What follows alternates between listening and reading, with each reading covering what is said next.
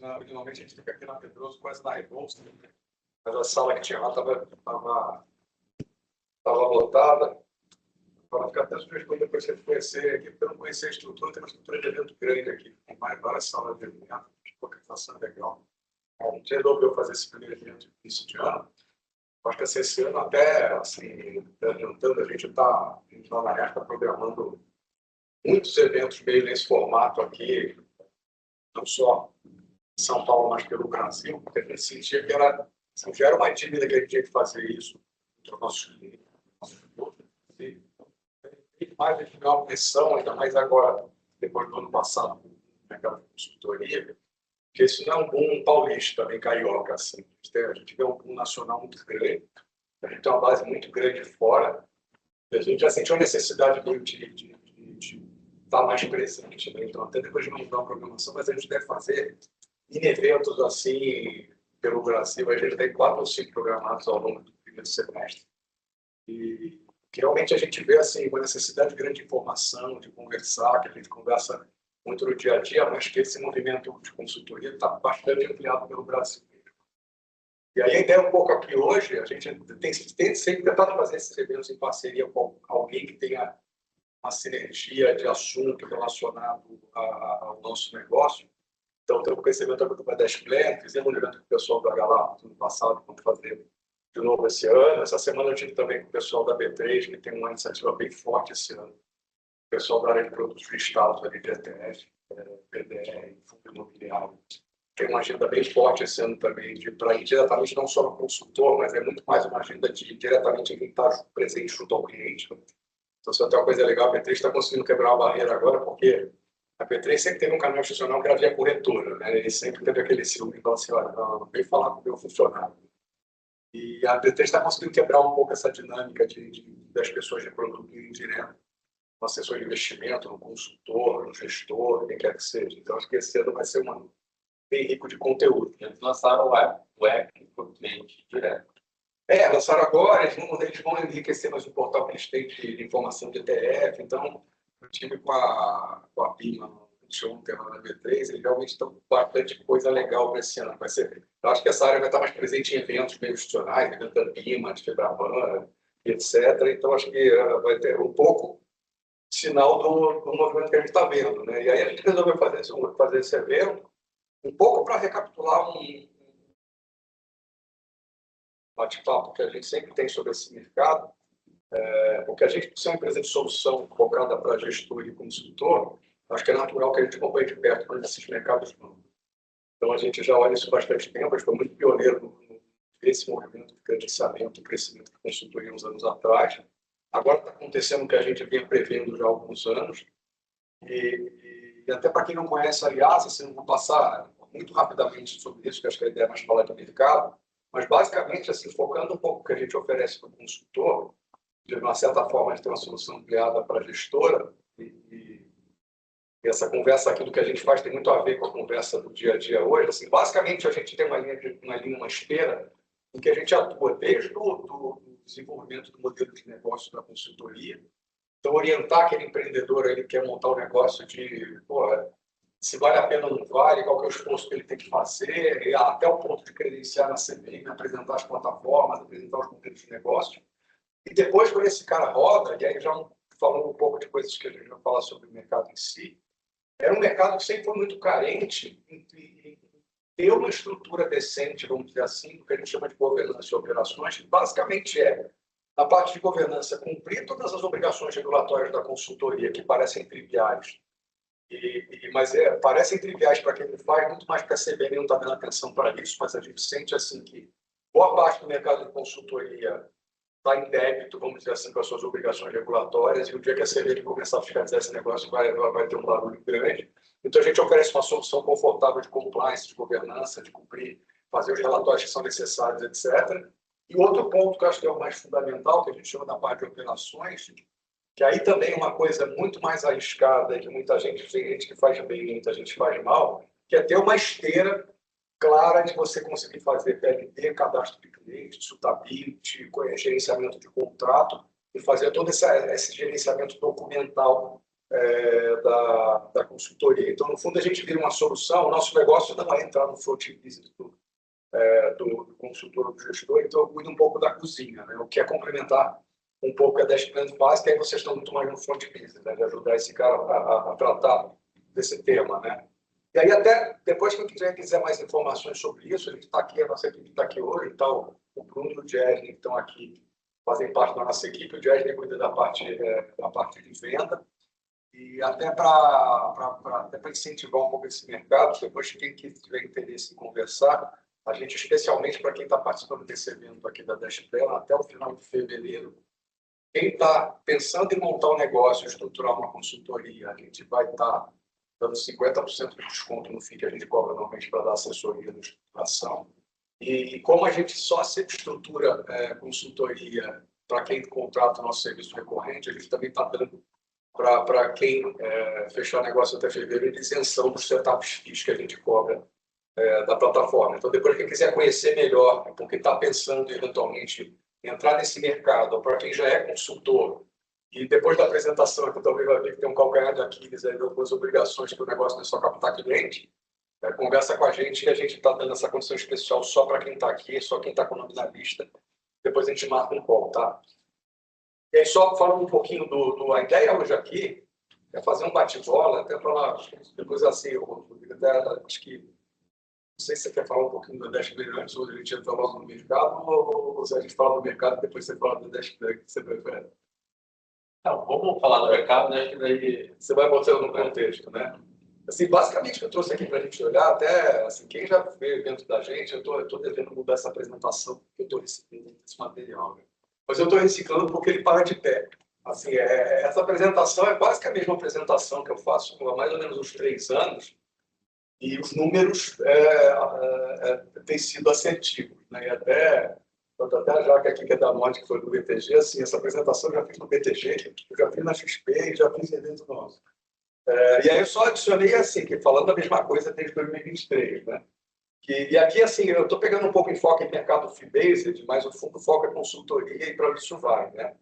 Então, assim, só dando um panorama geral, tá? Esse número até está faltando 2025, mas eu complemento aqui para vocês. Assim, em 2024, a gente tinha um estoque de 377 consultores PJ, né?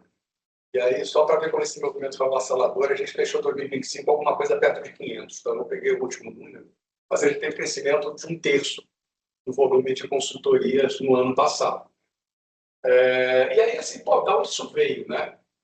No fundo, assim, esse mercado ele começou, de fato, em 2018. Né? A gente, quando teve a 592, que foi uma norma de consultoria, a gente vê, assim, que esse mercado, o primeiro gráfico, que é o estoque de consultores PJ, então aqui considera até quem fechou o negócio, tá? O número é net. Então, não é, muita gente fala assim, fecha muita gente. Não. 377 contra 500 é net.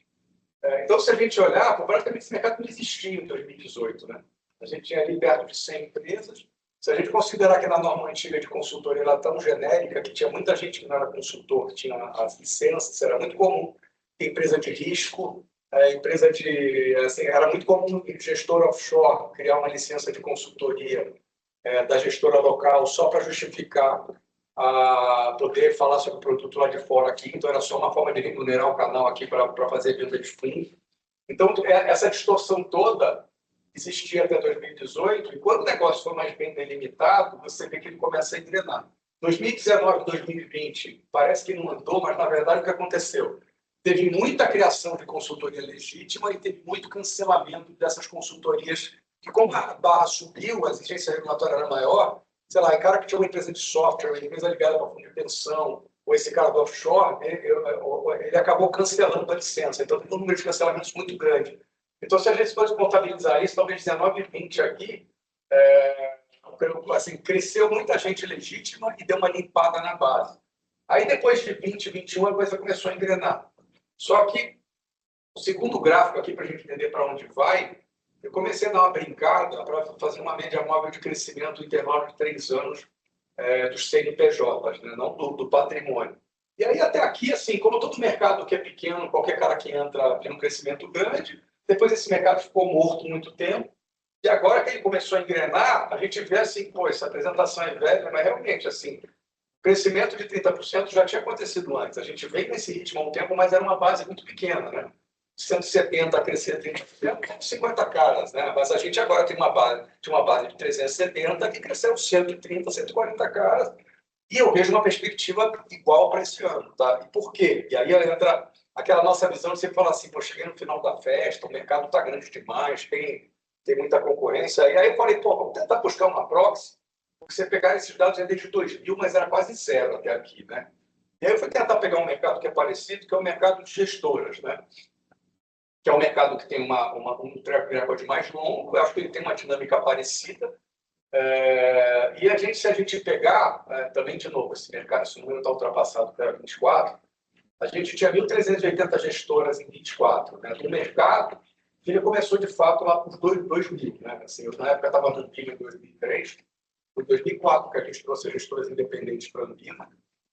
Em 2004, quando saiu a 409, ficou mais dividido o papel do gestor do administrador e fomentou mais o mercado do gestor independente. Então, dá para a gente falar que se o mercado de consultoria tem ali 5 anos, 7 anos, o mercado de asset independente no Brasil tem 20, vai, mais ou menos.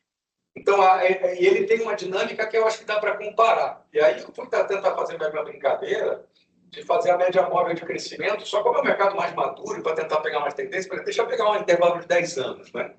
E aí comecei a ver uma dinâmica que até se encurtasse o dado ficaria melhor, mas realmente esse mercado também, quando começou lá em 99, 2000, tinha uma dinâmica parecida com o mercado de consultoria, de crescer numa taxa muito alta, em termos de novos negócios, né? Então, por crescer ali, durante muito tempo ele ficou crescendo a quase 20% ao ano, na média.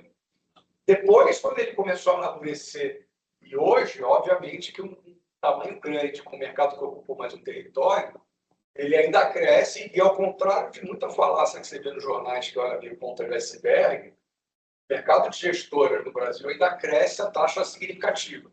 Ano passado, ainda foi um crescimento positivo forte, porque o que acaba acontecendo que dá manchete de jornal é aquela coisa assim, olhar a gestão de equity de multimercado, que são as histórias que os jornais gostam, mostra só um pedaço do mercado, né? Mas o crescimento tem sido muito forte, estruturado, em family office. Então, a gente ainda tem tido uma demanda, os números da CVM, eu fiz 5, acho que foi mais ou menos até nessa média ou até mais, mas o mercado de gestoras ele estabiliza hoje mais ou menos no crescimento de 9 a 10% ao ano. Tá? E aí, se a gente for brincar com esses números, então, cresceu 15 a 20% por 20 anos o mercado de assets. Depois que amadureceu, cresce a 9%. Se vocês fizerem uma conta de padeiro no Excel aí, se a gente projetar essa mesma história para o mercado de consultorias, que eu acho bastante provável, em mais ou menos 15 anos, essa minha conta acho que está errada para baixo, a gente vai ter um mercado de 2 a 3 mil consultorias PJ com tranquilidade. E se a gente contar ainda assim, desde 2022, a Lei de Liberdade Econômica foi um impulso para esse mercado, né? Porque quem é consultor que se credenciou em 18 e 19 sofreu muito, porque a CVM tratava o processo de consultoria igual de gestora. Era um processo muito pesado. E aí, com o tempo, a Lei de Liberdade Econômica obrigou a CVM a classificar o ente regulado em 3 níveis de risco, em baixo, médio e alto. E aí essa lei obrigava quem fosse baixo risco ter dispensa de registro, que é o caso de empresa de análise hoje, né? Então, se montar uma empresa de research hoje, parece meio maluco, mas assim, se você obedecer o que tem na regra, você começa a trabalhar e avisa para a CVM que você está trabalhando. Então, ela tem uma dispensa de registro. A consultoria foi classificada como registro automático. Então, a norma falava assim, CVM, você tem que falar rol de documentos e exigências, e se o cara protocolar, você tem que aprovar ele automático. E aí, isso permitiu um avanço muito grande. E outro motivo, então, eu acho que assim, se a CVM continuar deixando por mais alguns anos no mercado desse jeito, a velocidade vai ser forte. Se ela fechar um pouco a porta, ainda acho que a velocidade vai ser forte, mas vai ser um mercado um pouco mais seletivo. Tá? E aí, um dos motivos que eu acho que a gente também, assim, quando a gente compara e vê reportagens falando que o Brasil não necessita de gestoras e coisas do gênero, é que é para ter mesmo, porque a gente tem, no Brasil, uma distorção tributária de eficiência legal de controle nos veículos de investimento e nas funções que não tem lá fora. Tá? Então, por mais que, sei lá, que o Haddad tributou mais fundo exclusivo, lá fora, você ainda tem vantagem no fundo exclusivo. Você ainda tem algumas coisas que no Brasil são feitas dentro de fundo para o inferno tributário, até uma segurança legal também, às vezes, no que o veículo permite, e que lá fora, como você... Porque, assim, boa parte dos países como tributo de investimento de imposto de renda, tipo, alguém vai montar, às vezes, um venture capital nos Estados Unidos e monta uma SPE.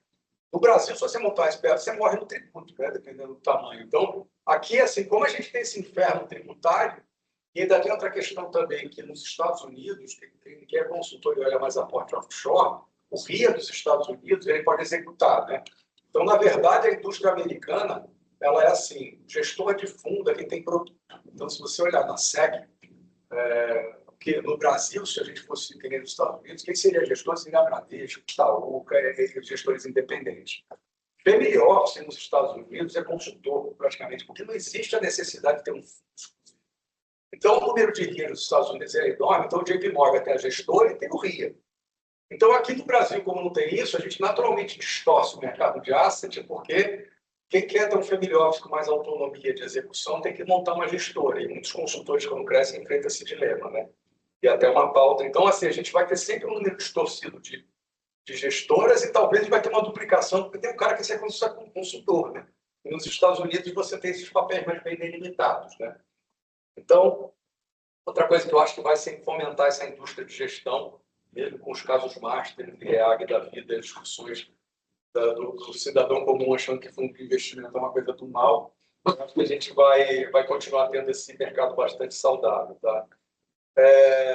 Agora, só falar um pouco também a parte regulatória de negócio e de plataforma. Eu acho que aqui entra um pouco uma análise que eu faço há vários anos. Eu pensei ontem até em criar um slide adicional sobre o xixo todo de ontem, sobre as cobranças da XP, mas eu prefiro decantar um pouco mais esse assunto ali de bate-papo, porque eu já tenho mais visões sobre isso e dá para colocar um pouco nesse contexto, né?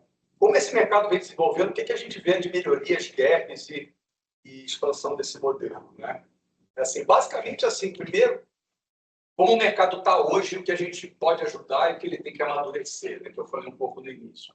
E esse slide, sim, tem 3 anos, ele continua sendo uma realidade, né? A gente começa a enxergar assim, muito consultor nesse mercado, e eu acho que no dia que a CVM começar a colocar o radar nisso, a gente vai ter correções de trajetória.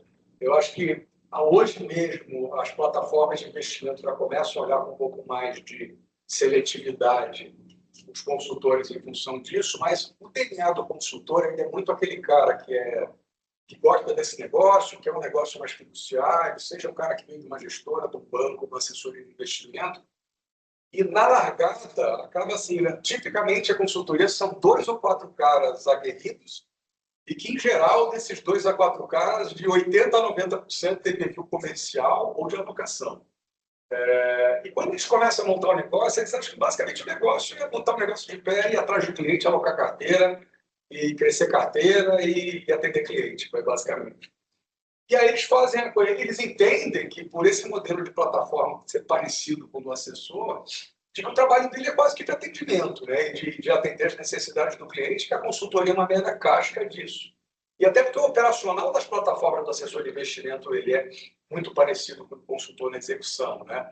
Mas é um modelo completamente diferente, porque o assessor de investimento ele é legalmente o que chama-se preposto do distribuidor, né? Então, eu brinco assim, no fundo, o assessor de investimento ele é uma figura que não existe, né?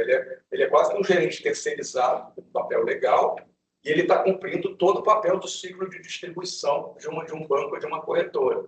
O consultor é um outro papel. O consultor é uma pessoa contratada, ou uma empresa contratada pelo cliente com todas as obrigações relativas a isso, que pode estar plugado numa plataforma para ajudar na execução da estratégia do cliente ou não. Como muita gente trabalha desse jeito, todo mundo acha que, assim, que o essencial é o operacional da corretora e o resto é detalhe. Então, quando se estrutura muita consultoria, é muito comum a gente ver falha do processo, até uma forma light de falar. Na verdade, assim, existe quase um desconhecimento de muito consultor de que ele precisa ter um processo de know-your-client, de cadastro, de suitability, de monitoramento próprio.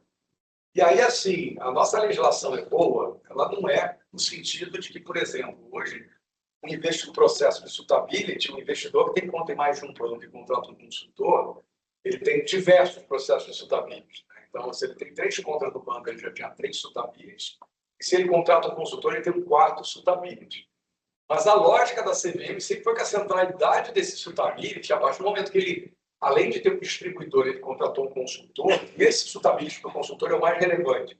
Tanto que a norma até permite que um consultor, um cliente que contrate um consultor, a corretora ou o banco poderia não fazer o suitability dele, porque a CVM entende que essa pessoa contratou um profissional para fazer o suitability, então que o suitability da corretora do banco é irrelevante, porque existe um consultor fazendo isso. Mas na visão do boa parte do mercado é o contrário, assim, por que eu vou fazer se o banco já faz, né?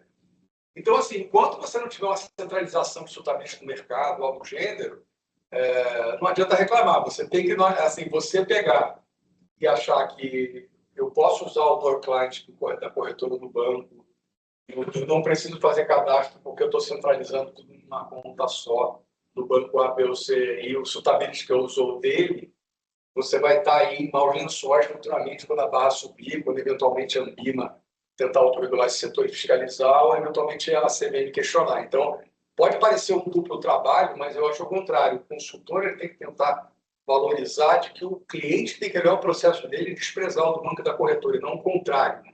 Então, assim, acho que você tem sim bom, tem uma preocupação de norcante evidente para você se proteger. O cadastro que é uma coisa relativamente simples, e isso também tem que ser a centralidade do seu trabalho, né? Monitoramento. Então, como eu coloquei aqui, é muito comum ouvir do cara, não é a corretora que faz. Outra coisa que a gente vê que também é muito comum, como de novo, como a CVM ainda olha muito pouco a parte de compliance, é muito comum você ter uma falta total de políticas internas necessárias, sabe? Os consultores leem a resolução 19 e seguem só ela, mas esquecem que ele também está enquadrado na resolução 50, que obriga ele a ter uma política de PLD bem específica. Ele também está enquadrado na norma de suitability, que também obriga a fazer uma política de suitability bem específica.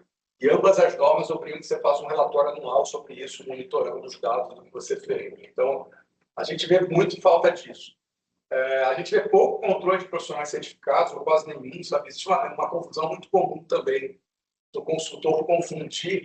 A norma obriga que o diretor de consultoria tenha certificação e seja habilitado. E fala que 80% da equipe de consultoria tem que ter certificação. Então, tem que ter um CEA, um CFP, alguma das certificações aceitas pela CVM. Ainda é muito comum eu ter pessoas falarem assim, pô, mas 80% da minha equipe tem que ser habilitada como consultor na CVM. Não. Tem que ter só uma certificação, tem um controle interno disso.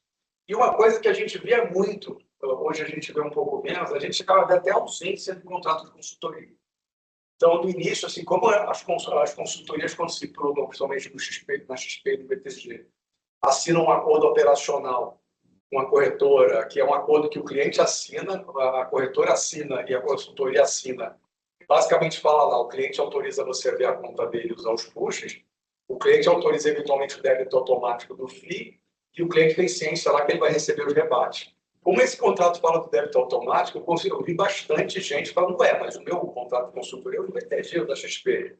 Então, esse era um nível de... Hoje eu vejo menos, mas é uma coisa que a gente ainda tropeça por aí.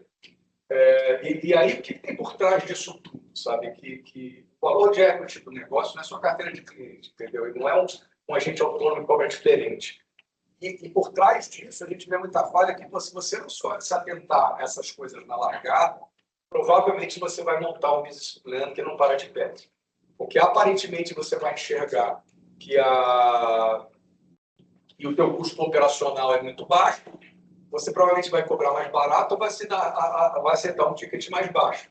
E a hora que você cai na realidade da infraestrutura necessária para você realmente ter uma consultoria que cresça, talvez essa conta não vai fechar. Então, assim, eu brinco que uma consultoria é um business como uma startup. Então, assim, se você não fez uma conta de ter pessoas e eventualmente investir dinheiro na largada para ter infraestrutura, sistema próprio de terceiros e ter um middle office, bem que não seja na largada, mas algum dia, ter um CRM, ter uma área administrativa financeira, porque tem consultor que não se toca de uma coisa, né? Ele tem que cobrar o cliente, né? Se um dia você vai ter 300 clientes, você vai ter que fazer 300 boletos, né? Por mais que você tenha a facilidade operacional da plataforma, você é uma empresa, você vai ter que emitir 300 notas fiscais, você tem contabilidade. Então, a gente começa a ver, assim, se você não enxergar isso, se você não enxergar com o tempo, você vai ter um volume grande de operação, então tem que pensar no middle office. E o principal e elementar que é assim, poxa, eu tenho que dar consultoria, né? Dar consultoria poxa, eu tenho que entender de investimento. Entender de investimento não é saber se a bolsa vai subir ou cair. Se eu vou indicar meia dúzia de fundos de equity, Eu tenho que fazer a diligência desse cara, eu tenho que monitorar esse cara, eu tenho que saber ali, se eu estou no fundo do Stuhlberg, eu não posso ser o último a saber se o Stuhlberg sair de lá e o que fazer. Então, se eu vou indicar crédito para o meu cliente, eu tenho que analisar a operação e monitorar. Então, já existe uma dificuldade enorme de você ter um advisor estruturado, com competência, capacidade, tamanho, e tem toda essa infra por trás. Então, eu vejo assim, quando eu vejo um consultor que depois de 6 meses fala que já tem uma carteira de tanto, e já está tirando algum dinheiro, eu fico meio assustado, porque o ideal é assim, eu sugeriria um modelo de negócio que no primeiro ano você vai enterrar dinheiro. Se você não fizer isso, você vai cair num ciclo que a gente vê muito também, a gente está tratando de consultores desde 18, 19. Você cai num ciclo que, assim, depois de 2 anos de negócio, você está lá com uma carteira, você tem 4 ou 6 pessoas, você tem uma carteira que cresceu bastante no primeiro e segundo ano e começa a estagnar ali naquele volume de uns 200 milhões, você não tem tempo que você tem que atender cliente, resolver problema e ficar literalmente resolvendo puxa o dia inteiro, você não cresce. Então você começa a ficar em uma zona da morte ali do negócio, você fala, pô, a gente tira algum trocado, mas pô, o negócio não está legal. Eu falei, óbvio, não era para tirar trocado nenhum. Se você tivesse investido mais na infraestrutura, talvez você teria uma estrutura operacional para alavancar uma carteira que estaria crescendo mais rápido. Agora, pô, dá para chegar no meio termo? Sim. Então, por exemplo, pô, o que a gente vê hoje, obviamente, no mercado, os movimentos das grandes consultorias tentando virar consolidadoras de consultoria. Então, assim, não acho que a gente está no mercado agora que é a única opção para quem entrar é se plugar numa outra consultoria, mas eu acho que quem for montar um negócio independente tem que considerar essas coisas todas que eu estou falando no papel, senão daqui a 1 ano, 2, você não vai ter outra opção a não ser pensar assim, vendo essa minha pequena carteira para alguém, ela vale muito pouco, vendo essa carteira para uma consultoria e vou trabalhar para eles, ou fecho o negócio e volto a trabalhar em banco. Assim, não existe milagre, porque assim, não existe só ser bem intencionado e ser fiduciário, não basta, você tem que ter uma eficiência operacional, porque os grandes bancos, as corretoras podem ter modelos mais torcidos, mas tem essa eficiência operacional. E aí, e falando um pouco até de futuro, tá? Assim, isso aqui é antigo, mas também continua valendo. Assim, eu hoje sou diretor de assuntos regulatórios da BCBM, que a gente foi estruturada há 3 anos atrás, uma associação que tem tentado realmente representar o setor. E a gente começa a ver, assim, até uma pauta que a gente vai começar agora em 2026, de aproximação com a CVM, que a gente já vê que de 18, 19 para cá existe espaço para melhoria regulatória já na legislação de consultoria. Então, por exemplo, a gente já fica pensando se você não poderia, eventualmente, assim, permitir performance para o investidor em geral, né, que ela não permite, traçar caminho para execução, que é mais ou menos como o guia. Então, a gente tem discutido coisas com a CVM, tanto a gente na BCVM quanto a Ambima, não é que é tornar consultor um gestor, mas que pelo menos você tenha mais facilidade operacional na execução, um pouco mais de autonomia, sem que isso vire uma gestão disfarçada. Tá? Seria mediante ter relatórios pré-definidos, talvez falar com o profissional, gestor mais profissional qualificado e até certo volume, talvez. Então, a gente tem trabalhado uma agenda esse ano de melhoria junto à CVM. Outra coisa que a gente também tem trabalhado, que eu acho que existe hoje alguma insegurança regulatória no mercado dessas parcerias todas que estão sendo firmadas entre consultorias, né? Então, esses modelos mais escaláveis de consultorias que agregam outras consultorias. Existe alguma zona cinzenta ali nas questões de segregação e um pouco mais de segurança jurídica para esse tipo de desenho de negócio, a gente tem discutido isso. E aí tem, finalmente, o que a gente tem falado, que é esse mercado de consultorias de consultoria. Né? E um pouco que eu já falei também, assim, gaps que a gente vê hoje, que eu já falei, o foco está muito no relacionamento, todo mundo prospecta e atende, que é uma coisa que acho que vai complicar, a baixa departamentalização, né, que você tem que começar a pensar mais claramente, ter uma área comercial, de advisor, de compliance, de operação, falta uma eficiência maior de CRM, nível, monitoramento de produto e até um pouco de senso de classe. E falando sobre o mercado em si, o que a gente vê hoje, acho que modelo de negócio, né? A gente, cara, basicamente, quando a gente começou em 2018, 2019, a gente tinha aí o mercado das plataformas pioneiras voltadas para que começaram a olhar esse mercado. Então, você tinha na época o Warburg, Guide, Orama, Genial, XP, o que a gente foi vendo que houve uma seleção natural muito rápida por uma questão muito simples, né? Esse é um negócio muito intensivo em capital. Então, se vocês pegarem o discurso da Warren, por exemplo, quando começou, é um discurso muito alinhado com consultor, eu penso assim, por que o modelo não deu certo? E eu te falo, eu não deu certo, assim, eu via isso no feedback de alguns consultores meus. A conversa era muito simples, eu falava assim, pô, vamos botar consultoria. Eu vou começar a sediar cliente que tem conta no Itaú, no Bradesco, onde quer que seja, né? Eu vou virar o stakeholder desse cara para falar, vou fazer o melhor para você, leva a tua conta para essa plataforma aqui, que é a Warren. A primeira coisa é explicar quem é, né? Segundo é assim, se você recomenda que o cliente saia do Itaú para ir uma Warren, se prepara para o Internet Bank do Itaú, é maravilhoso, né? Então, tem disso que eu vou assim, cara, o cliente não conhece o negócio. Eu comecei para levar a vida para lá só por causa do investimento, mas a vida da pessoa é muito mais que investimento, né? É pagar a conta, é pagar o boleto, é estar de férias, o cartão de crédito funcionar e tal. Então, era uma questão muito simples. Era assim, a ideia pode ser boa, mas ser banco ou corretora e centralizar a vida financeira do cliente no Brasil tem que funcionar. Então, a mesma coisa quando você pegava a Guide, a hora, mas ele era muito nichado, né? Então, começa a chegar uma hora que ele fala assim, pô, mais uma conta, mais um lugar para relacionamento, pô. Então, o que acabou acontecendo é que, assim, a hora que BTG e XP, a hora que você começou a ver o anúncio do BTG e da XP, a Warren, se não me engano, captou 300 milhões no total que eles fizeram na vida, né? E logo depois o BTG anunciou dois investimentos de 1,5 bi na plataforma, a XP mais 2. Então ali ficou muito claro assim, isso é jogo de bi, não é jogo de tentar brincar. Então foi por isso que aconteceu esse movimento, ou seja, você precisava de uma infraestrutura dominante e, além disso, por que esses caras fizeram isso? Por que os bancos não fizeram? Porque no Brasil, historicamente, é óbvio que em qualquer mercado, você, num lugar que tem mais de 200 milhões de habitantes, você dominar o canal de distribuição de qualquer coisa é relevante, né? Seja do McDonald's ao Itaú, né? Você tem que ter presença, igreja, McDonald's e banco. Se você tinha que ter presença na calçada, hoje é uma presença virtual, e você conseguia relativamente bem dominar o seu canal de distribuição, né? Já a BTG XP, por não ter tijolo e agência, foi um movimento sabido. O que a XP capitaneou no início e depois o BTG também fez, ou seja, que foi realmente abrir essa infraestrutura para qualquer canal de distribuição independente. Então, primeiro a gente é o assessor de investimento e aí puxado pelo BTG. Na época, até quando eu estava na Planejar, estava a tocar a comissão de advogacia na Planejar, quando saiu a 592 de consultoria, eu lembro até hoje uma reunião que a gente teve com os consultores que existiam lá em 18 e 19, e aí eu acabei falando, eu não trabalhava com consultoria, eu fazia o que eu faço hoje. Quando eu acabei de legislação, eu pensei, pô, ficou bom, né? Pô, pode cobrar do cliente, pode dar rebate para o cliente, pode fazer um monte de coisa, né? Aí os caras que estavam no negócio, na realidade, nesse Brasil lá, ficou bom, mas não funciona, porque assim, como é que eu vou cobrar o cliente? Quem vai dar o rebate para o cliente? O banco vai dar? Não vai dar. Então, tudo que tem na legislação é inócuo se os bancos e as corretoras não toparem.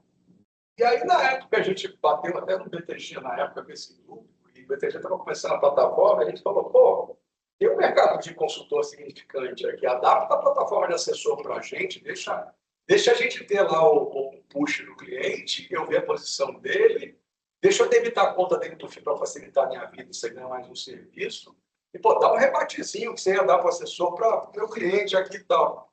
O PTG, na época, quando estava querendo concorrer com a XP, ele falou, por que não, né? E até hoje eu falo, eu sentei com o Bruno Fonseca, quando os caras criaram a plataforma do PTG e estavam no 7 milhões, eu falei para ele, pô, aquele por que não que vocês falaram na reunião, criou o mercado de consultoria do Brasil. Porque a hora que o BTG abriu a possibilidade do B2B para a consultoria, na sequência, a XP defensivamente abriu também, né? Então, esse movimento foi basicamente assim, pô, foi dominante porque eles quiseram dar espaço para esse mercado. E aí a gente tinha um movimento que está mudando, já que eu chamo dos resistentes, aí que coloca aqui Bradesco, Ágora, Safra, Itaú, Barra, Santander, Barra, AAA, porque, para mim, esse de barra que a gente coloca aqui são as portas de entrada por onde os bancos vão finalmente dar espaço para um B2B de consultores, né? Então, a gente já vê agora o Bradesco timidamente já fazendo o B2B para consultor na Ágora. O Safra é aquela coisa meio que de oportunidade, né? Ele vai abrindo vai testando, vai ajudar também, não está entrando nisso. O Ion que originalmente o Itaú foi quase que pensado para ser uma área de consultoria. O Itaú está testando para... Eu acredito que eles devem abrir via IO, porque a infraestrutura está lá. E aí que eu boto o Santander por último, porque o Santander é um banco muito oportunístico. Né? Então, assim, se o Bradesco e o Itaú entrar e o Safra também, eles entram no jogo, sei lá, vão usar o AAA, ou usa a estrutura da corretora que eles têm, enfim. Então, esse é um movimento real que a gente vê, que eu já até vou mudar nos próximos slides para resistentes, porque eu acho que o grande catalisador que a gente vai ver esse ano que vem, quando os juros começarem a cair principalmente, é que vai haver uma entrada grande aqui, dessa turma. E aí o jogo muda muito, sabe? Aí entrando um pouco falar um pouco só sobre o negócio da XP ontem, o que eu acho? Assim, a hora que você tinha, durante muito tempo, assessor de investimento achava que o cara que é consultor era um cara maluco, né? Porque ele falava assim, pô, você monta uma assessoria de investimento, você recebe luva, empréstimo, dinheiro, de XP e BTG, o cara vai comprar uma participação acionária em você, sua, que se alavanca um crescimento gigante. Por que você vai montar um negócio que ninguém quer, que é a consultoria, né? E com o tempo a gente foi vendo o quê? Que você começa a ficar muito refém como assessor, e você, a questão da exclusividade, no fundo, você vende ela uma vez só, né? Depois você tenta vender uma segunda. Mas hoje você vai com uma dinâmica de mercado que quais são as frentes interessantes do consultor? Ah, demora mais para aquecer organicamente? Demora. O cliente era mais resistente em pagar? Ele era, mas até as atrocidades que a gente vê acontecendo no mercado bancário de corretora estão começando a convencer o cliente falando que é melhor pagar do que não saber o que está acontecendo, né? Então, o rebate é uma coisa que ajuda, né? Você consegue também fazer o discurso do consultor de que a consultoria paga mais o cashback, pode quase que zerar essa conta. E quando você tiver pela frente o multicanal de você poder virar para o cliente e falar assim, cara, não importa onde está o teu dinheiro, se você está feliz no Bradesco, eu vou te mostrar se a oferta do Bradesco também para explicar. Se dá para fazer uma alocação decente. Se for uma alocação cara, eu vou te avisar. Se você estiver confortável com isso, beleza. Se você quiser melhorar o preço médio da sua carteira, eu te dou umas opções. Então, a hora que você já pode fazer isso, mas operacionalmente, sem você ter o contato direto no B2B, Bradesco, Safra e tal, etc., o negócio de consultoria vai continuar caro em termos de middle office. Nos próximos anos, com isso abrindo, você vai ser um mercado realmente que vai ter um diferencial bastante grande em relação à assessoria. E se você contar do outro lado, assim, que até uma vantagem que algumas plataformas, algumas consultorias estão vendo, então, por exemplo, se você ainda olhar que você pode ser multicanal, isso te abre um range muito maior de clientes que você pode ter acesso. Uma coisa que muita consultoria está fazendo é investir no digital no sentido de gerar prospecção pesada, porque aí o teu público não é mais quem gostaria de ter uma conta na XP, é qualquer pessoa. Então, realmente, acho que a gente vai com um movimento muito forte. E aí, o último ponto que eu coloquei com agregadores, que eu coloquei aqui, Vita, Nord, Portfólio e outros, que aí acho que é um movimento inevitável quando junta todas as informações que eu estou falando, que é, pô, quem tem competência para ser empresário vai crescer e ter o mesmo tamanho de uma Vita, Nord e Portfólio, que não chegaram lá à toa, chegaram lá botando dinheiro em infraestrutura. Quem não tiver essa capacidade, sim, provavelmente a gente vai, esses modelos vão se ajustando, mas você vai para um modelo de ou você ser um minoritário, ou ter um partnership que te agrada mais, o limite até, se você não topa o risco de partnership, você ser quase um empregado desse negócio. Então, para mim, basicamente, essa é a fotografia que eu faço há uns 3 anos, e ela veio acontecendo, né? Então, é um caminho mesmo. Então, juntando tudo aqui, acho que pelos números a gente vê que não é final de festa, é começo de festa. Pela questão regulatória, a gente vê que tem uma liberdade gigantesca para crescer. E pelo lado negocial, a gente vê realmente que assim, você vai abrir, você tem uma indústria de investimento no Brasil, você junta ali 10 trilhões de fundo. Se você juntar mais custódia de CDB, etc., eu não sei se vocês têm esse número, mas está falando que assim, o bolso brasileiro de investimento mais de curto prazo, certamente, assim, ninguém tem metade da vida em fundo hoje em dia. Então, se a indústria de fundos for 1/3, a gente está falando de uma indústria de investimento de mais ou menos 30 trilhões, então eu acho que tem um mercado bastante grande. Qualquer gota nesse oceano aqui, hora que essas plataformas abrirem, é uma coisa muito grande, tá?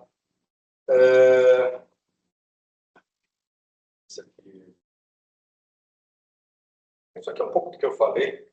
E, aí, e só falando um pouquinho sobre esse episódio, um pouco ontem da XP, que tem sido um pouco a nossa visão, está digerindo um pouco isso. Acho que, assim, inevitavelmente, a gente vê, estava até conversando aqui um pouco antes do evento da turma, você quando tem os juros altos, assim, por muito tempo, Não tem como você não passar por um movimento de crowding out, de obviamente, porque o governo sobe juros, né? Para você enxugar dinheiro, e esse dinheiro vai ser mais direcionado de uma forma ou de outra para título público, não para ativos de risco para empresas privadas. Né? Esse é o livro texto de sempre. Né?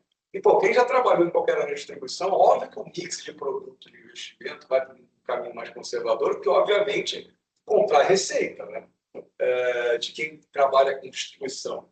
Quando você junta todos esses movimentos aqui, a gente obviamente viu um movimento nos últimos anos de aumento de tomada de risco dos distribuidores, indo na contramão do que deveria se fazer, talvez, com a carteira do investidor, e inevitavelmente você vai criar muita traquinagem. Né? Na verdade, é isso que acaba acontecendo.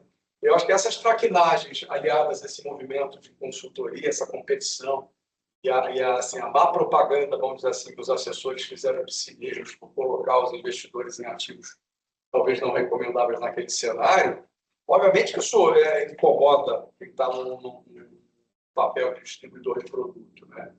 Então, obviamente, assim, o que eu acho que a estratégia de defesa que muitos assessores fizeram ao longo do tempo é falar assim, cara, a minha receita já caiu. Eu vou mudar para esse modelo de fixo aqui para preservar o meu cliente e paciência, entendeu? Eu sei lá, se eu ganhava X mil reais por mês, eu me adaptei a uma receita menor, eu vou estacionar esse dinheiro aqui e vamos ver se uma hora eu consigo melhorar esse negócio. Só que uma coisa é você ter um escritório de 100 pessoas, você manda 10 embora para ajustar isso. Outra coisa é você ter uma máquina do tamanho de um banco ou de uma corretora. Né? Então, para mim, obviamente, esse movimento recente da XP foi quase assim, cara, eu preciso manter o meu ROA alto. Se você mudou oportunisticamente para o modelo de FII fixo para sobreviver, você vai pagar essa conta. Agora, no longo prazo, fica um modelo muito esquizofrênico, né? Porque das duas, uma, ou você espera naturalmente a tua carteira ir para um mix mais agressivo, e aí a XP para de te cobrar, ou a tentação de quem já trabalhou com distribuição é quando essa carteira for para um mix mais agressivo, você vai achar que teu FII fixo paga menos e você vai tentar voltar para o transacional. Então, uma coisa que é inevitável é assim, e eu vejo muito isso quando eu converso com assessorias que querem montar consultoria, assim, cara, são duas cabeças diferentes. Quando você é um vendedor de produto, você chega toda segunda-feira e olha a tua posição de cliente, que produto você vai vender para quem, e o budget de cada um. Isso, para mim, é totalmente conflituoso com o FII fixo, porque se você já tem um cliente pagando aquela conta, então você chega segunda-feira e não faz nada, né? Porque a conta já está paga. Já o modelo de consultoria é o contrário, na verdade, você já tem a conta paga e uma obrigação depois de alocação. Né? Então, o que eu acho que esses modelos vão acontecer, eles estão ficando absolutamente confusos e são movimentos esquizofrênicos de curto prazo para se defender desse cenário natural de contração de receita. E aí, uma consequência ruim, eu acho, desse modelo que a XP implementou, é que deixa meio rei nu. Né? Então, a XP sempre deixou claro que sempre falou que era que a assessoria era uma consultoria de graça, né? Que você não pagava. Então, ficou tão confuso essa metodologia que eles criaram ontem, mas uma coisa ficou clara no jornal, que o investidor falou assim, alguém está pagando. Assim, agora é pior, né? Assim, não sou eu que estou pagando, né? O meu assessor que está pagando. Como é que isso funciona? Eu boto meu dinheiro ali, a XP cobra para ele usar a plataforma, então, ó, eu estou pagando essa conta. Então, eu ainda acho que vai passar uma sensação para o investidor de que essa conta talvez custe até mais caro do que ela é. Porque tem tanta, agora que você vê a manchete nova, vai ficar a sensação assim, deve ter a cliente que deve ter ligado, e a manchete do valor está muito mal escrita, né? Porque tinha lugar que falava que a assessoria pagava, tinha lugar que falava que o cliente paga, né? Eu tenho certeza que deve ter muito cliente que ligou e falou assim, peraí, vai me cobrar 30 pips agora? Então, eu acho que assim, foi um movimento defensivo por esse esgotamento do que é possível fazer de boa com juros a 15%. E eu acho que assim, o que a XP está fazendo é rezando para ver se os juros caem nesse Brasil e se você começa a ter mais mobilidade de capital para alocação em ativos de maior risco fazer sentido, né? Porque não dá, você não consegue gerar um movimento artificial, né? No fundo, o movimento bancário é esse, assim, cara, quando você tem um juros alto, você vai ter produtos que tem que ter baixa margem, né? Não adianta você forçar a mão, né? Quem já teve uma mesa de advisor que sabe, né? Assim, a bolsa agora está andando, mas quando eu tinha minha mesa de advisor no BNP, tínhamos que a bolsa estava horrorosa, juros altos, mas assim, cara, não fazia nada em bolsa. Aí tem sempre aquela conversa, né? Não tem uma estratégia defensiva, tem isso assim. Cara, não é videogame mercado financeiro, né? Mas assim, a tendência do modelo é esse. Então, eu acho que assim, a gente está tendo uma seleção natural pelos juros altos, e eu acho que esse modelo não vai ficar desse jeito no longo prazo, acho que assim, o barulho vai ser muito grande, Mas ele é uma tentativa da XP de voltar a dominar o canal de distribuição, né? Porque no fundo é isso. O assessor de investimento que migrou para o Free Fixo largou a toalha e falou assim, cara, eu não vou mais entubar produtos de risco no cliente, eu estou satisfeito aqui com esse FII, eu vou esperar as coisas melhorarem. E aí o movimento da XP falou assim, então tá bom, então você vai pagar essa conta. Então eu acho que realmente gera um conflito muito grande aí, que eu acho que não, esse modelo não deve prevalecer no longo prazo, com certeza, acho que ele ainda vai ser adaptado. Então, basicamente, é um pouco isso que a gente queria falar. A ideia era um pouco bate-papo, passar um pouco a bola agora para a turma aqui. Mas, assim, esse movimento de assessor fica para construir também. assim, vai ser assim, eu acho assim, pode até ser que venha para todo mundo, de você ter um custo de tarifa para uso de plataforma, mas aí até um ponto que é o seguinte, que aí seja para o assessor ou para o consultor, assim, acho que vai ser um tiro no pé na plataforma no sentido para gerar competitividade. Então, assim, se ficar transparente e claro quanto custa para usar a corretora, é só uma questão da concorrência olhar e ver se quer fazer pelo mesmo preço ou mais barato, né? Então, porque no fundo, assim, os FIIs estavam sempre embutidos nos produtos, né? E aí, no fundo, o que a XP foi assim, cara, se você vender esse produto de taxa gorda, estava tudo bem. Quando você está vendendo produto de taxa magra, eu não estou satisfeito com... Pegar um exemplo hipotético, vai. Antes tinha tudo dinheiro de fundo 2,20. O 2,20, maravilha, eu pego 40% do gestor, é 0,8, a gente tem que discutir quanto que eu te dou no 0,8 e vamos que vamos. O cliente já pagou os dois aqui cheio, né? Cara, hipoteticamente, no extremo, quando o mercado vai para os juros altos, o melhor investimento é de 100% no fundo DI, que tem 0,3 de taxa, né?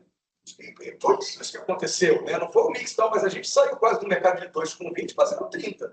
Aí acho que a XP falou assim, cara, se você não vai forçar a barra de botar o 2,20, eu vou ficar com 30. Então, se o meu mínimo é 0,7, eu vou te cobrar 0,4.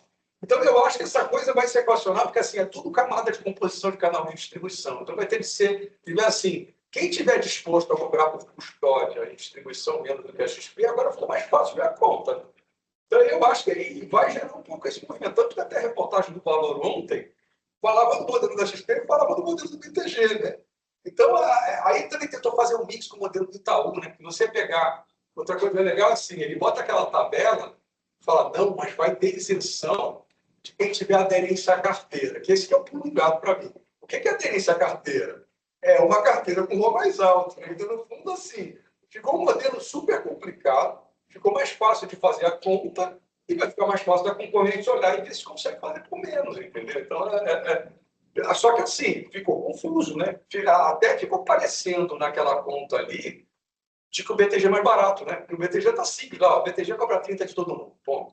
A outra tem tanta variação que eu acho que o cara assim, cara, não entendi, então tá, é 30, beleza. Então vamos ver quando ele está na jogada, mas esse que acho que é um papel legal que assim no mercado brasileiro é complicado, mas que o consultor tem esse papel.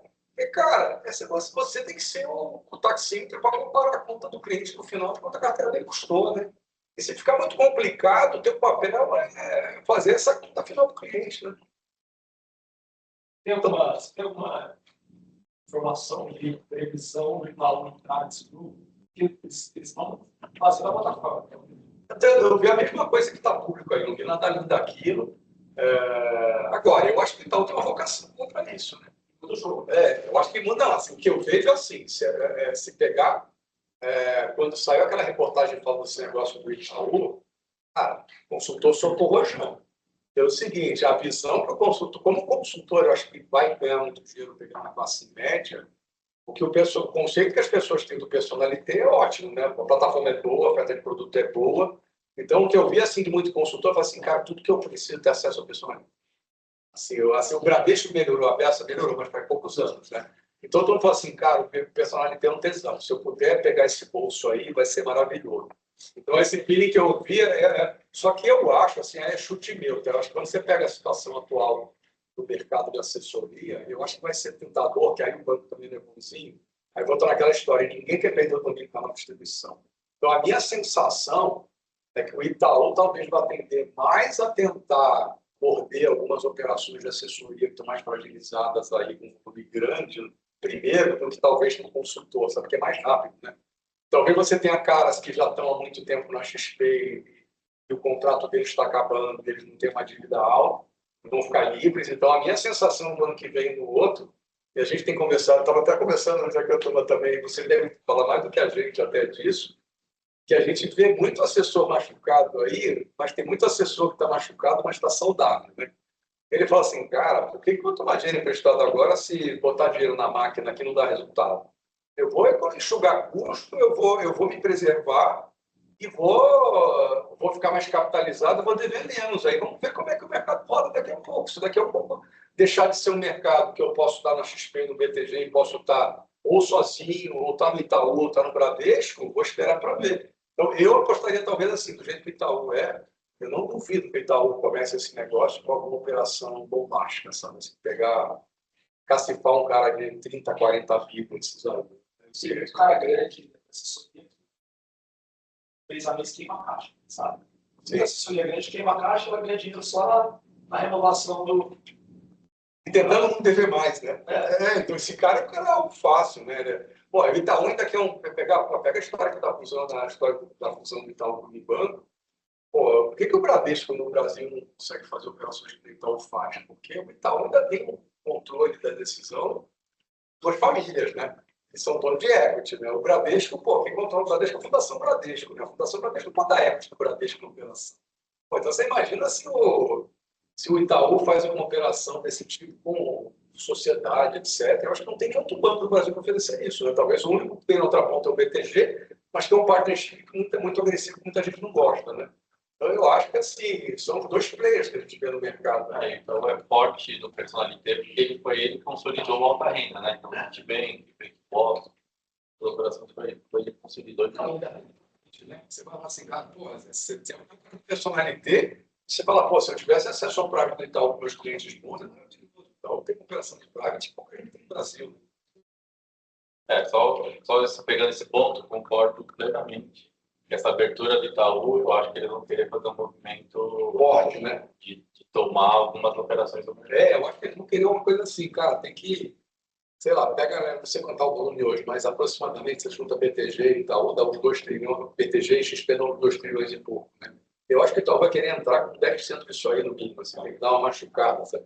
E tem gente boa, tem gente que não está tão saudável, mas a operação é boa, e tem gente que está saudável e que contrato de dívida ou de equity combinado com o Itaú e com o BTG está vencendo. Então, eu não sei se esse ano que vem, esse negócio sair, eu acho que vai ser operação de impacto mesmo, sabe? Bom, só comentando, olhando sua apresentação, Bruno, acho que uma das vantagens de ter idade é a experiência que você, né? Eu comecei no mercado em 2000. E aí, então, pô, tinha da época que a gente ainda via as boletas serem distribuídas no fim do dia, né? Então, eu trabalhei em corretor quando ninguém queria, né? Eu também. Assim, você vai vendo os absurdos, né? É mais fácil você entender para onde o mercado vai evoluir, né? Justamente porque você fala assim, pô, isso aqui não vai parando de pé. E aí, só comentando, então, o Dash Plan, né? Ele veio um pouco dessa história, então, no mercado de 2000. E os últimos anos eu estava mais tocando operações de single family offices, mas achei o que o Brasil apresentou do regulatório que a IAS faz, né, que falou um pouco mais da cozinha, do back-office, eu acho que a proposta nossa da Chiplan é também ajudar, no fim, no regulatório, mas na parte do front. Por quê? Porque acho que muita gente confunde, né? O consultor, ele tem uma, como o Brasil colocou, ele tem uma questão regulatória muito diferente do assessor. Né? Então, a entrega do consultor, ela não se assemelha. O assessor, ele é um preposto da corretora, então, no fim, né, ele está ali para vender os produtos, explicar os produtos e colocar esses produtos na carteira dos clientes, né? E aí tem os bons e os ruins, como em todo o mercado. Mas o consultor não, né? O consultor, ele está cobrando ali para prestar um serviço. Então, o Brasil falou de toda a diferença do regulatório, que eu concordo 200%, a gente vê muito a preocupação de só migrar de um modelo para o outro, trazer a carteira, mas tem todo um back-office ali que é complexo e não pode ser desconsiderado. Da nossa parte, né, a gente se preocupou com o front. Então, eu trabalhando com family offices, meu sócio Janser, Leandro, Magno, já estavam há 10 anos no mercado de financial planning, a gente percebeu que essa mudança, mais cedo ou mais tarde, ia acontecer, por quanto, né, os clientes estavam sendo machucados e o mercado ficando muito conflitado. Então, a gente via que o CAC no mercado, né, a gente pegou aquele período de 18 a 21, com excesso de liquidez. Então, no fim do dia, você tinha... O Brasil é um país grande, mas investidores são poucos, né? E aí você tinha os grandes bancos, as corretoras, tipo o BTG principalmente, e aí a entrada de bancos digitais capitalizados, vendendo e comprando o cliente, né? Fazendo CDB de 200% CDI para abertura de conta. Então, no fim, o CAC ficou ruim para todo mundo, né? E aí a gente percebeu que para essa conta começar a parar de pé, os profissionais iam ter que começar a dar mais serviço e não só mostrar produto para os clientes. Então, o Dashplan vem desse conceito de, cara, como que isso vai escalar? E aí, eu acho que a iniciativa, né, porque a gente acreditou que esse mercado ia acontecer agora, também tem muito a ver com o Open Finance, né? Então, acho que uma das fortalezas dos grandes bancos sempre foi concentrar a informação dentro de casa, né? Então, quem é um pouco mais antigo já lembra da história do chefe que tinha desde quando você era cliente, né? Então, para você conseguir abrir conta e ter uma boa oferta de serviço no banco, você tinha que construir relacionamento, né? Então, acho que o Open Finance veio para facilitar um pouco essa jornada do cliente.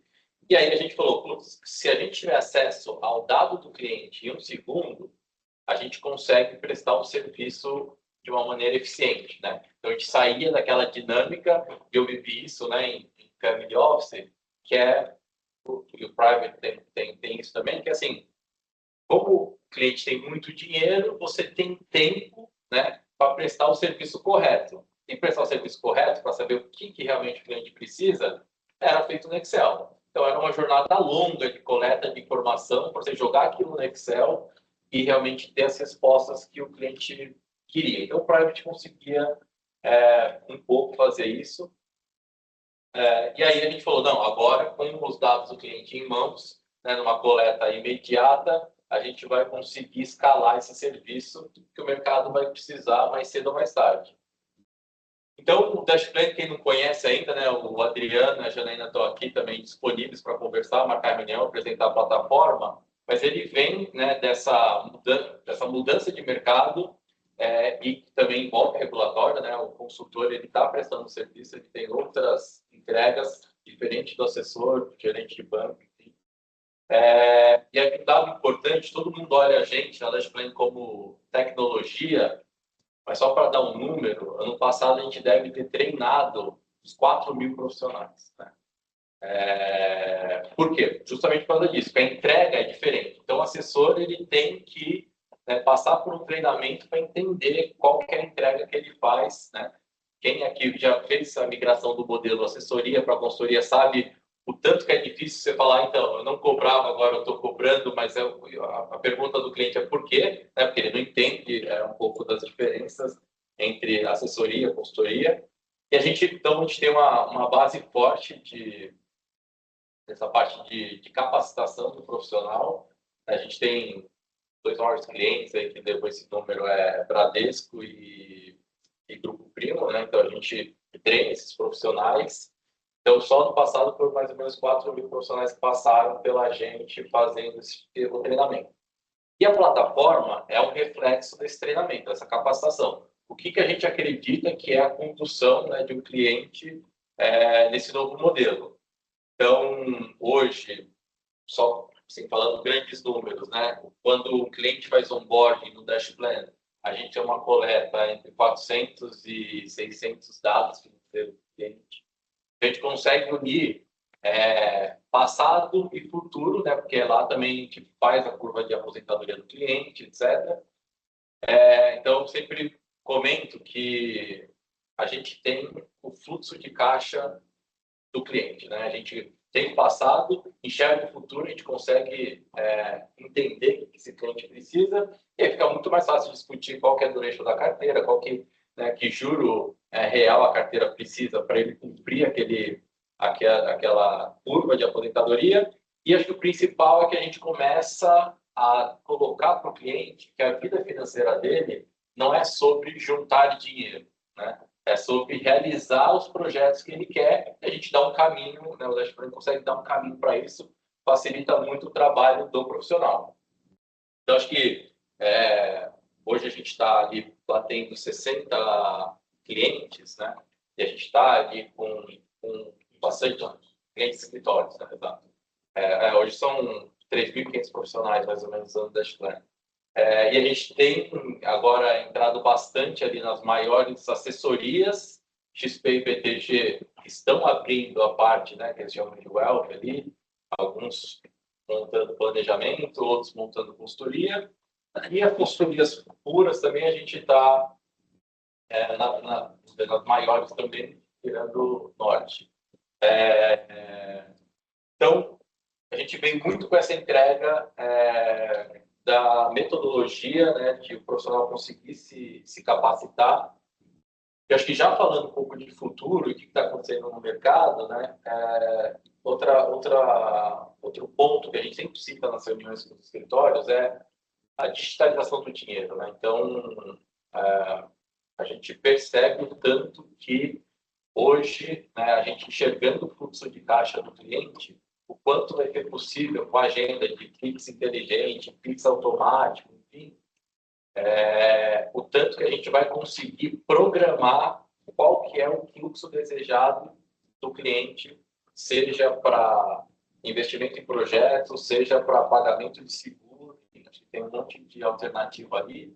Mas o fato é, a gente já tem uma boa noção de para onde o cliente como o cliente deveria investir o dinheiro dele. E acho que é questão de tempo de subir na tela um consentimento push de cara. Então, após conversa com o profissional, está definido que você quer colocar X aqui, Y acolá e assim por diante. O cara dá um ok, isso daí vai ser programado. Acho que isso é uma coisa que tem visto. Muito empreendedor, o cara bate na nossa bola para ver se é piada de uma negócio de tempos para cá, assim, a quantidade de caras no mercado de tecnologia, de engenharia, querendo montar gestor e consultoria só, de montar uma esteira mais escalável, automatizada, tá? Seja uma consultoria mais automatizada, uma carteira administrada mais automatizada, e vencendo todos os desafios que todo mundo tem, é gigante. Assim, gestora de engenheiro hoje, que não é trader, que só quer montar veículos de alocação eficientes, assim, ele tem visto muito grande. Que um pouco vai nessa linha, então, até microinvestimento, não sei se vocês já viram um negócio aí, chamado Smart Safe, até cliente nosso. Smart Safe montou uma grande tecnologia, eles montaram uma gestora que é uma plataforma que você pluga no cartão de crédito e você arredonda centavo das suas faturas e você vai investindo no fundo de investimento. Então, assim, o fundo é só a consequência do negócio inicial. Então, realmente, eu acho que quando você botar Pix na conversa, a coisa fica mais interessante ainda. O que assim, a gente pegou todo a parte ruim do Open Finance, que era o começo, onde ninguém queria dar o dado do cliente. Então, o começo do Dashplan, quando o cliente dava o consentimento para a gente, literalmente o banco travava a senha dele, tinha que ir na agência destravar, foi horrível no começo. Mas a parte boa foi que a gente sentiu tanto valor que o cliente, em vez de ele desistir, ele falava, eu vou lá na agência e vou reclamar. Porque ele sentiu o valor de ter o dado para ele em um lugar consolidado, né? E aí, até comentei ali antes de começar, a gente claramente viu, que a gente acompanhava os números lá do Banco Central, Nubank, PicPay e Mercado Pago dispararam o número de consentimentos. Itaú ficou para trás, o Bradesco tinha ficado bem para trás. Acho que na hora que isso aconteceu, eu acho que deu clique nos bancos e falou assim, cara, no fim, isso daqui a gente pode acabar tomando um tombo, porque a gente que está sendo fornecedor de dados, a gente não está sendo receptor de dados, e aí a gente viu que os bancos jogaram a jornada do Open Finance para o front, né? Então, hoje, sei lá, o Itaú é minhas vantagens, minha pontuação, não tem qual que é o problema. Você ganha muito ponto em consentir Open Finance, você vê que o banco hoje, né, ele paga bastante para você consentir Open Finance na plataforma, e hoje acho que o Itaú já está em segundo ou terceiro lugar em número de consentimentos. Então, mas para onde isso leva, né? No fim do dia, você consegue literalmente enxergar o fluxo do cliente.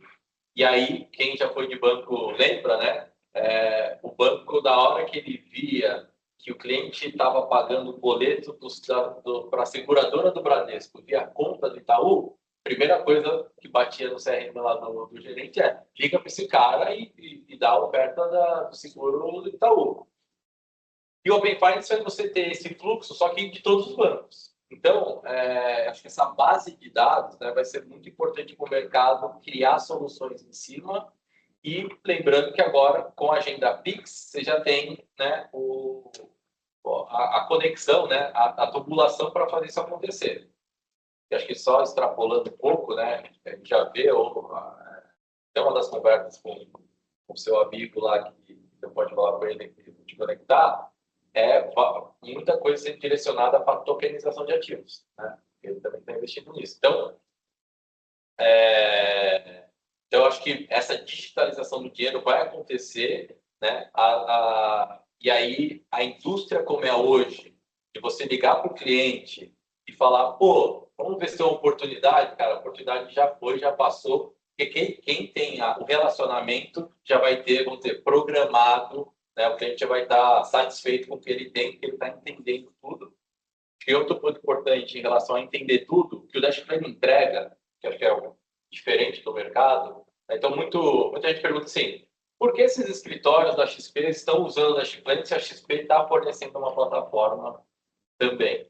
O Dashplan ele é uma interface, um software de dupla face. Então, o cliente fica com login e opera o mesmo sistema que o profissional que atende ele. Cara, isso é de uma transparência que o cliente nunca teve. Os feedbacks que a gente tem da plataforma estão muito ligados a isso. Fala assim, cara, pô, o que antes era, né? E lá nos Estados Unidos tem muita propaganda que eles usam, que essa indústria já é muito mais avançada, que é o gerente fugindo do cliente, escondendo a tela, né? Então, se o cliente quiser se divorciar dessa serviço, ele pode ter. Exato, ele tem dele, né, as informações.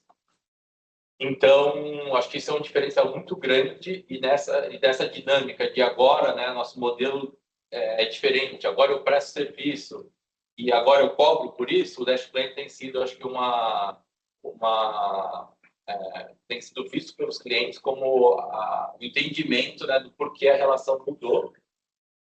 Então, sim, acho que como próximos passos aqui, já também falando um pouco de inteligência artificial, eu acho que a gente vai, né, prover para o mercado essa base de dados que é dele, né? Então ele já tem acesso, a gente vai facilitar bastante.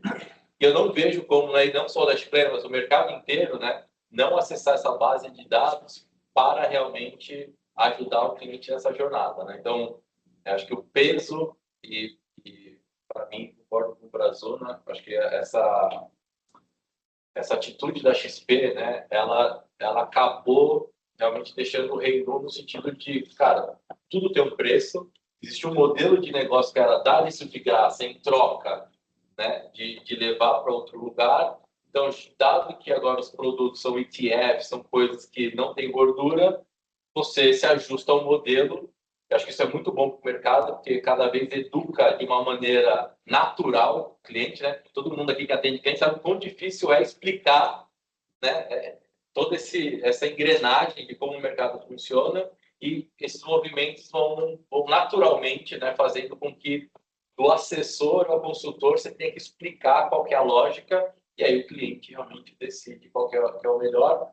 E concordo 200% ainda com o Brazuna que no fim do dia a história do índice de saúde do cliente, de saúde que a XP colocou como só não vai pagar, né, a custódia quem tiver um índice de saúde aderente.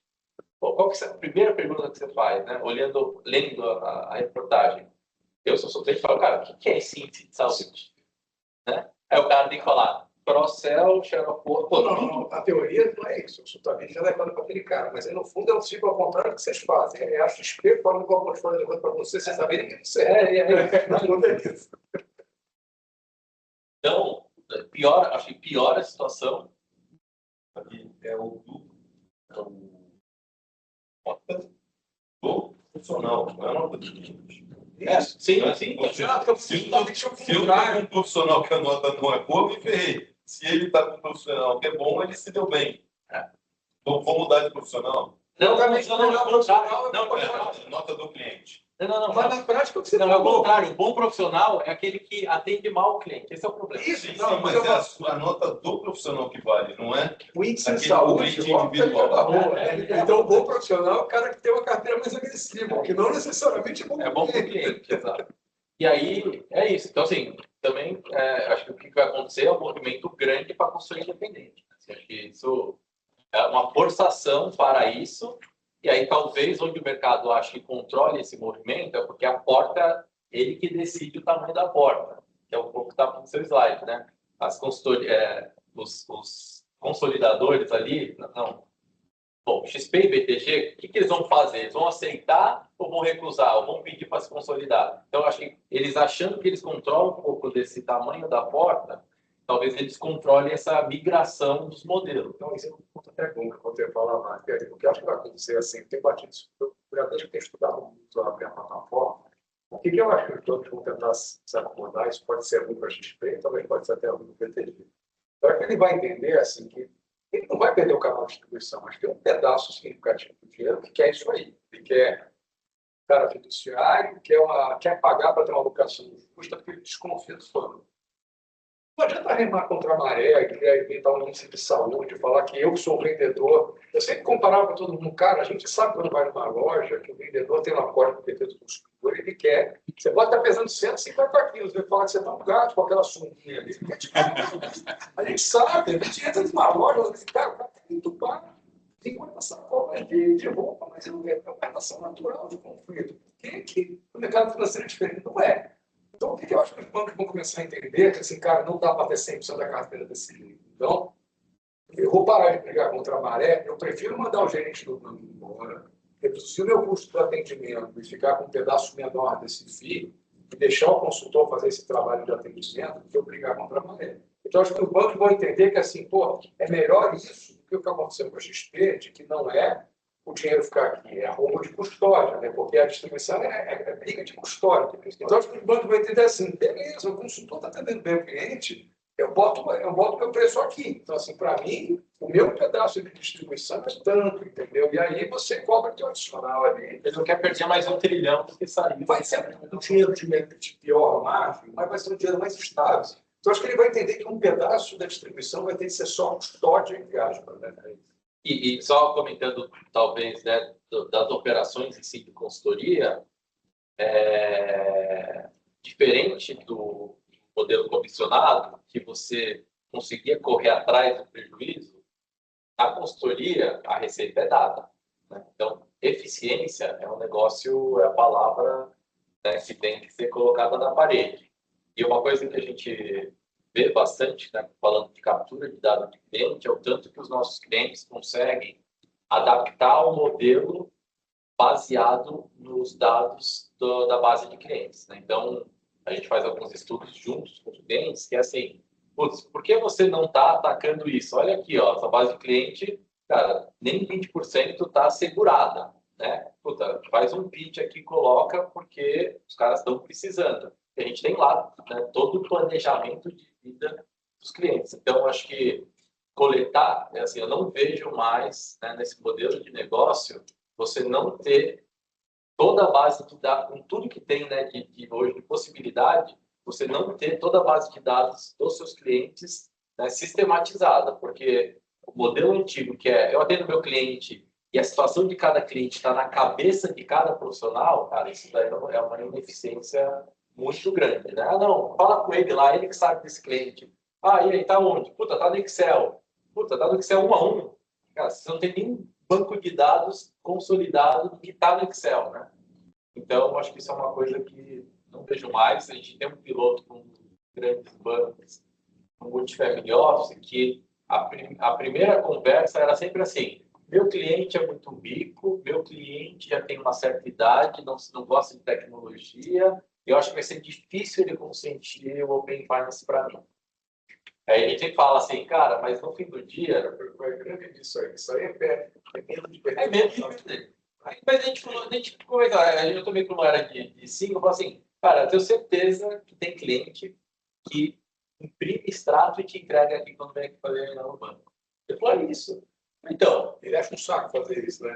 o cara, a gente sabe que o extrato fica na mesa do pessoal lá no banco. Assim, ó, o extrato está em cima da mesa, as informações estão no Excel, que você está circulando do seu notebook para cima e para baixo. Na hora que ele consentir, que você explicar que é de ponta a ponta, ou seja, ele consente no Dash Plan, isso está pingando direto, né, no sistema do banco, eu acho que vai se sentir mais seguro. E o feedback que teve foi esse. Falou, cara, na hora que a gente explicou, o cara entendeu que é de ponta a ponta, putz, ele não quer mais imprimir o extrato, ficar com o extrato na mão no envelope. Todo velho deixa dar no celular, não fazer um vídeo. É só ter uma motivação. Então, assim, acho que, né, a nossa proposta é muito de trazer realmente no front, né, não só na parte de tecnologia, mas na parte também de capacitação dos profissionais, esse novo modelo que tá crescendo bastante, né? Então, falei, acho que a gente, pouco mais de um ano, a gente saiu de 5 escritórios para 60, de, sei lá, 100 profissionais. Março de 24, a gente tinha nem 100 profissionais, agora a gente está com 3 mil e poucos profissionais. Então, assim, o ponto que a gente principal, assim, que eu acho que é uma barreira, assim, aquela barreira da nota comercial de achar que a coisa está ali customizada e diversada. No fundo, a questão é o contrário, é um padrão adequado a cada um, mas um padrão. Né? Outra coisa que a gente comentou também, e aí acontece muito, é a gente vê que depois do uso, os escritórios começam a dar menos importância para o consolidador, porque o que acontece? O escritório, né, ele tinha uma tendência, por falar de investimento, a achar que o consolidador era uma grande entrega, né? Principalmente quando você fala de consultoria, que o dinheiro está em locais separados, mas quando você vem com o Dash Plan, que é um dashboard da vida financeira do cliente, ele percebe que o cliente, não ele, né, começa a jogar muito valor de, agora entendi, né, a minha vida financeira, agora entendi numa tela a importância, né, do juro da minha carteira para o longo prazo, né, por que fazer o save mensal. Então, acho que alguns clientes escritórios bateram na gente, falando assim, é um consolidador, deixa eu ver.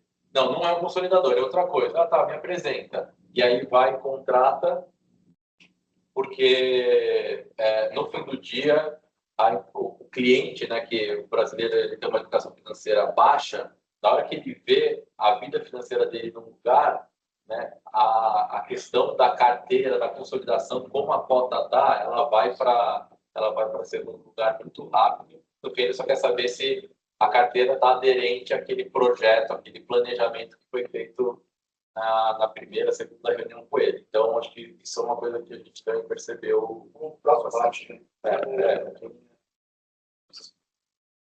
É isso aí. Abrir um pouco se alguém tem alguma dúvida.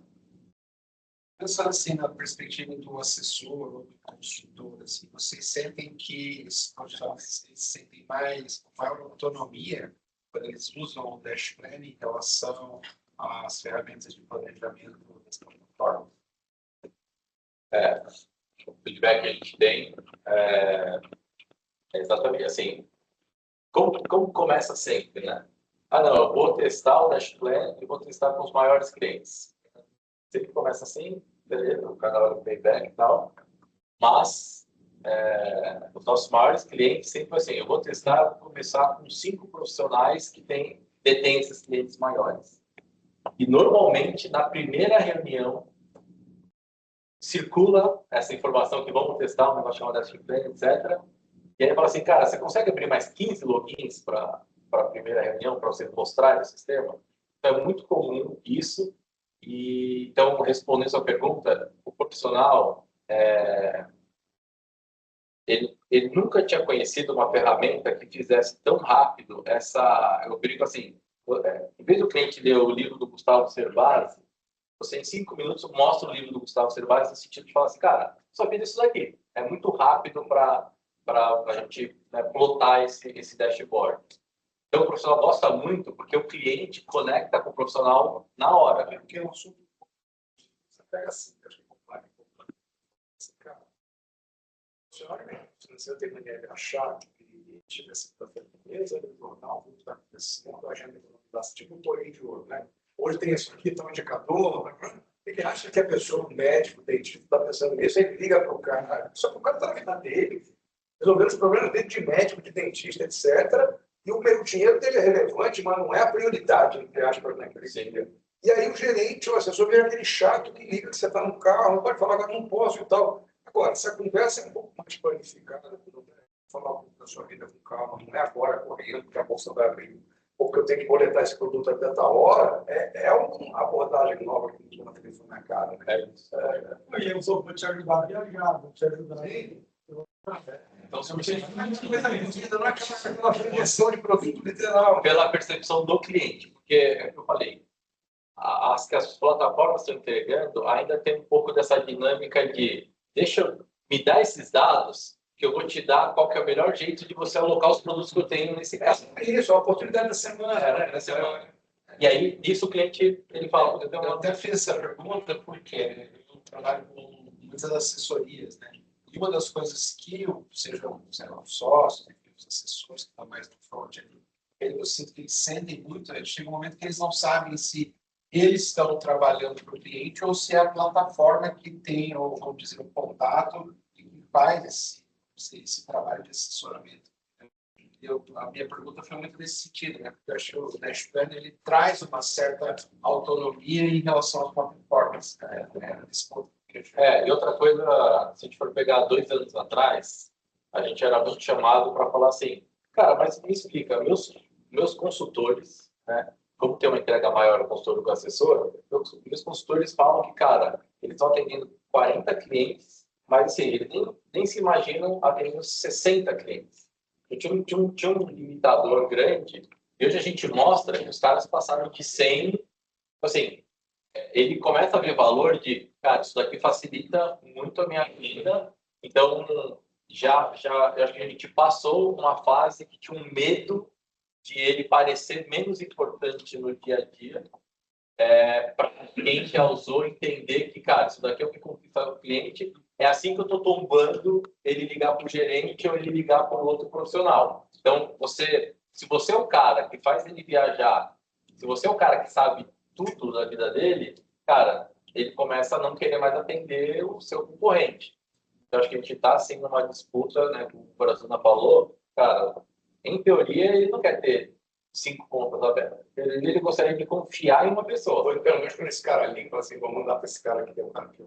Exato. Então, acho que essa é um pouco da mudança do...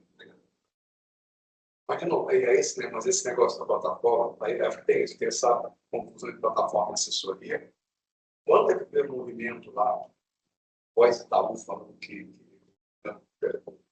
lá atrás, quando o Itaú começou a falar que tinha assessoria, que começaram a inventar o FII fixo, o que a gente viu depois, várias ondas do escritório que vão montar consultoria, falaram assim, cara, primeira coisa, não é mesmo curso. Se for defesa do que está hoje na solidão, você paga, e a mesma equipe, cara, não vai funcionar. Porque a dinâmica do assessorativo, o cara captador, é isso. Chega segunda-feira, olha a planilha, quanto eu tenho de asset de captação, quanto que é o rua média de cada cliente, qual que é a lista de clientes novos prospectivos, e aí eu ligo para esse cara para falar se a bolsa vai explicar qual é o produto da semana. A lógica do consultor, que é meio ao contrário, né? É ligar para uma pessoa para primeiro entender o que você quer, para onde você vai, e depois como é que é o dinheiro.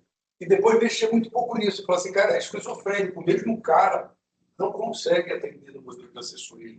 Não faz sentido na cabeça dele.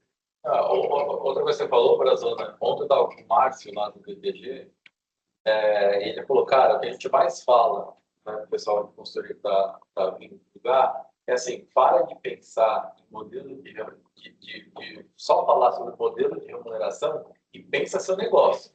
Então, você falou, cara, tem que ter um business plan. Por quê? E aí, por isso que é a importância também do dado que o Dashplan coleta. Tem vezes que fala assim, cara, mas né, acontece muito com a gente. O Guilherme lá trabalha para a gente, vai atender o cara, fala assim, cara, mas por que você está com esse pitch? Por que você está fazendo isso? Se os dados do seu cliente que você está olhando não tem nada a ver com você não está atendendo bem o seu cliente. E o dado está aqui. É isso que o cliente precisa. Então, assim, é muito pequena a discussão de eu estou saindo de assessoria para consultoria, mas como que eu vou fazer com a remuneração? Não, agora que aumentou a custódia. Cara, acho que antes disso cara, que business você está montando?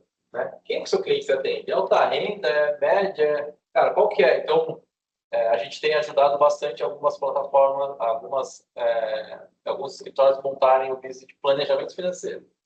Por quê? Cara, ele começou a perceber, por isso que eu falo, tem escritório que os grandes escritórios mandam o cliente abaixo de 300, 500 por digital, os grandes, claro que tem mais de 30 mil. Os clientes que têm 10 bi, 15 bi, criam uma área que se chama de smart. Querendo ou não, é um jeito de botar alguém para falar com o cara de 200, porque vai que esse cara entra aqui, parece ter 200, mas no fim ele tem 5 milhões. Bota uma pessoa para falar com esse cara, porque ele ainda está querendo crescer bastante aí o M. E o cara olha e fala assim, não, espera aí, você está falando que o valor do planejamento financeiro no mercado, que o cara pode entregar com o Dash Plan, é a mesma coisa que eu captar um cliente de 500 mil? Pô, o cara falou, beleza, então eu vou pegar essa esteira do Smart aqui, vou começar a oferecer planejamento financeiro para ver. E, cara, e vende, porque o brasileiro precisa. Que tem 500 palmas nesse naturalmente. Exato. Então, assim, e aí, vocês têm contato com a gente, sabe? O que mais tem no Brasil é alta renda, baixo patrimônio. Né? Então, o que mais aparece é o cara ganhando 50, 60, a família ganhando 100. Quanto você tem de grana no banco? Não tem 300. Então, se cria uma nova esteira. Então quer saber? Eu vou vender planejamento também, formo 2, 3, 5 caras aqui e começo a captar via serviço, o cara pagando, porque se eu fizer um bom trabalho, esse cara vai subir para a consultoria. Então, assim, acho que tem esses casos, né, de você ter o dado do cliente, que é super importante para você montar um business plan adequado, aderente. Porque às vezes você fala assim, não, quando eu era do multifamily office e tal, tinha essa carteira, mas quando você vai abrir sua empresa, você até traz uns grandes, mas na hora que você vai começar a prospectar, você começa a ir com outro tipo de cliente, não era o cliente que você tinha.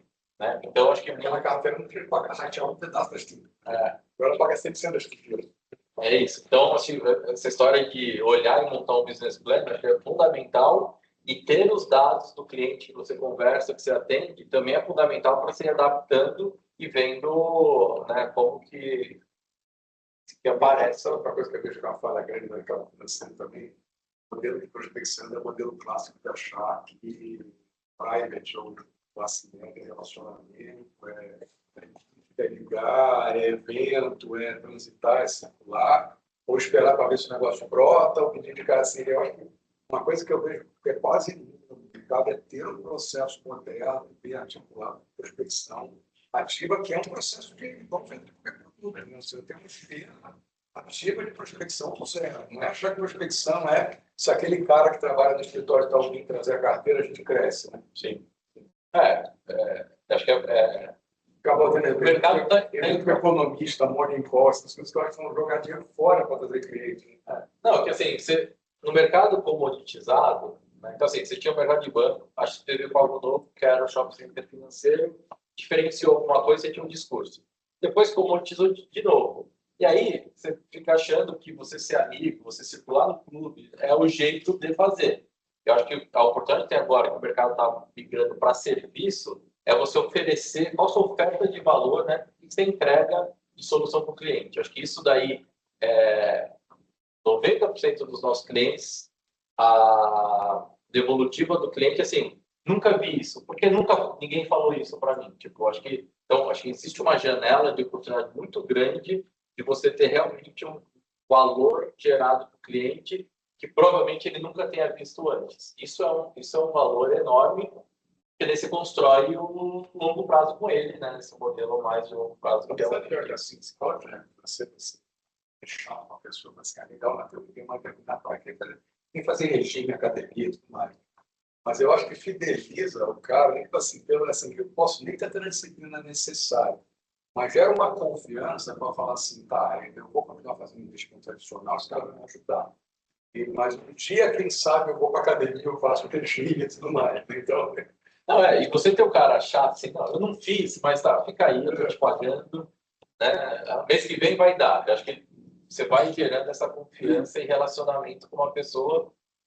Isso eu tive bastante lá na base. Gente, bom, maravilha. Então, assim, como eu falei, só voltando assim, porque quem depois aqui tem